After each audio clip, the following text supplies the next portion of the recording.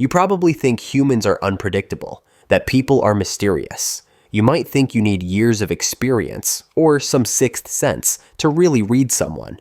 The truth is, people aren't mysteries. They're patterns. And once you learn those patterns, you'll start reading people instantly. Nietzsche called them psychological truths. And when I first discovered them, it honestly felt like someone handed me a cheat code for human behavior. Make sure to watch until the end so you'll have the ability to read people instantly. Let me show you. Criticism is confession. Watch what people attack in others. The guy mocking ambition, he gave up on his own. The friend rolling their eyes at confidence, they secretly want it. For years, I used to take criticism personally. Now, I treat it as a window, because criticism isn't just about you. It's a reflection of their wounds. So, next time someone tears you down, don't flinch. Just think, what weakness are they accidentally revealing? Emotions always leak. People can hide their words, but they can't fully hide their emotions. Even when they try to act calm, the body gives it away. Notice the clenched jaw, the restless foot, the sudden change in breathing. These tiny leaks reveal more truth than their sentences ever will. That's why I don't just listen to what people say, I watch how they say it. Because emotions are harder to fake than words, and they always surface. Small actions expose big truths. Nietzsche believed there are no small actions, because the small things are the most honest. Someone comes late to every meeting, they don't respect your time. Your friends glued to their phones while you talk, they don't value you. Others snapping at a cleaner, they're showing you their real nature. Here's a personal rule I live by. Respect is revealed in the details. How someone acts when they think it doesn't matter tells me everything. The power game everyone's playing. Most conversations aren't really about sharing ideas. They're about positioning.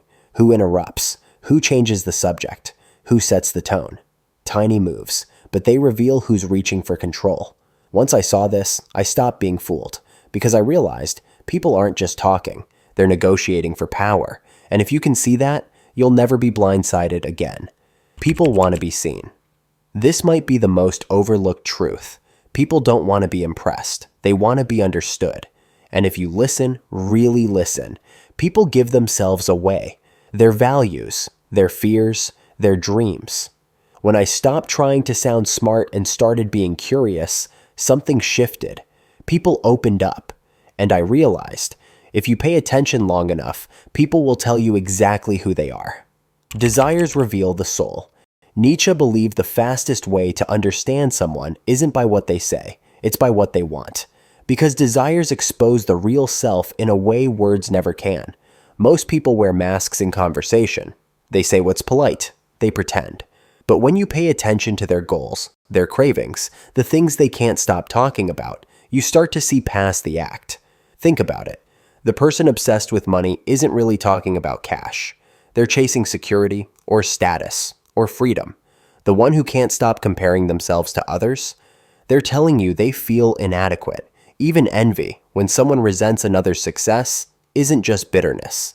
It's a confession. That's what I wish I had. That's why, when I meet someone new, I don't get distracted by their highlight reel or their clever words. I ask myself, what do they actually want? Because the moment you uncover someone's deepest desire, you've uncovered the blueprint of their character. And here's the kicker. Desires don't just reveal the present, they predict the future. Because people always move toward what they want, even if they deny it. So, if you want to read someone instantly, look past what they say they value and focus on what they chase. Patterns don't lie. At the end of the day, Nietzsche didn't think people were unpredictable. He thought they were repetitive. The person who blames everyone else will keep failing. The one who owns their mistakes will keep growing. The patterns are obvious once you start looking. And if you can see the pattern, you can predict the future. So, how do you read anyone instantly? Not by guessing, not by playing mind games, but by paying attention to the truths most people ignore. Criticism is confession. Emotions always leak. Small actions reveal big truths. Power games run under every interaction. People crave being seen. Desires reveal the true character. And patterns repeat. Always. Nietzsche's psychological truths aren't philosophy locked in books. They're real-world X-rays. The moment you start using them, you'll see people as they really are, not as they pretend to be. And once you can do that, you'll realize nobody is actually that hard to read.